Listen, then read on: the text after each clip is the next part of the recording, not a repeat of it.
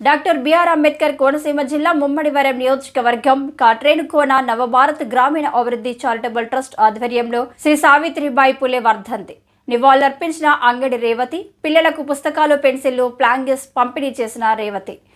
ఈ సందర్భంగా వారు మాట్లాడుతూ వైద్య శిబిరాలు నిర్వహించి అనేక మందికి సేవా కార్యక్రమాలు చేస్తూ ఆ గ్రామాల్లో ఉన్నటువంటి ప్రజల యొక్క ఇబ్బందులను, అలాగే వైద్య సదుపాయాలు, తాగునీటి సదుపాయాలు, రోడ్లు వెసులుబాటులు లేక ప్రజలు చాలా ఇబ్బందులు పడుతున్నారని, నేను చేసే సేవ మరింత ప్రజలకు సేవ చేయాలంటే రాజకీయంగా కూడా అండదండలు ఉండాలని, అందుకనే నేను రాజకీయ రంగ ప్రవేశం చేశానని అంగాడి రేవతి తెలిపారు.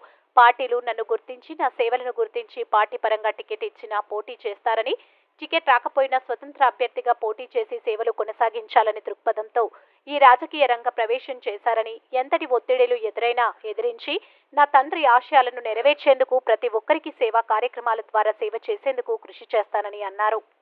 వర్ధంతి సందర్భంగా కొంతమంది పిల్లల్ని పిలవడం, వాళ్ళకి పెన్నులు, చాక్లెట్స్ ఇలా కొన్ని ఇవ్వడం, నా వంతుగా నేను ఇవ్వడం, వాళ్ళ ఆత్మకి శాంతి కలగాలని ఇలా చేయడం జరిగింది.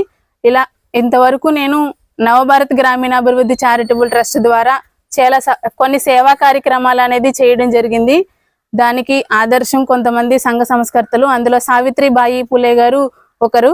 ఇప్పటి వరకు నేను చేసిన సేవా కార్యక్రమాలకి కొన్ని చోట్ల నాకు కొన్ని ఇబ్బందులు అనేది తెలియడం జరిగింది. దానివల్ల నేను రాజకీయంలోకి వెళ్ళాలి, ఇప్పటి వరకు చేసిన ట్రస్ట్ ద్వారా చేసినా కూడా నాకు రాజకీయంగా వెళ్తే ఇంకా ఎన్నో సేవలు చేయగలను, వాళ్ళకి ఇంకా మరింత అభివృద్ధి పెంచగలను అని ఈ విధంగా రావడం జరిగింది.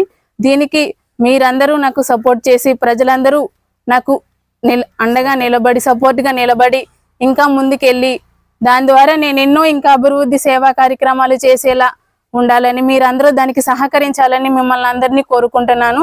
నేను ఏదైనా పార్టీ తరపున టికెట్ ఇస్తే పార్టీ తరపున వస్తాను, లేదు అంటే స్వతంత్ర అభ్యర్థిగా నిలబడి విజయం సాధించి ఇక్కడున్న సమస్యల్ని అభివృద్ధి చేయాలని, స్వతంత్ర అభ్యర్థిగానైనా పోటీ చేసి గెలుస్తానని మీకు అందరికీ మనవి చేసుకుంటున్నాను.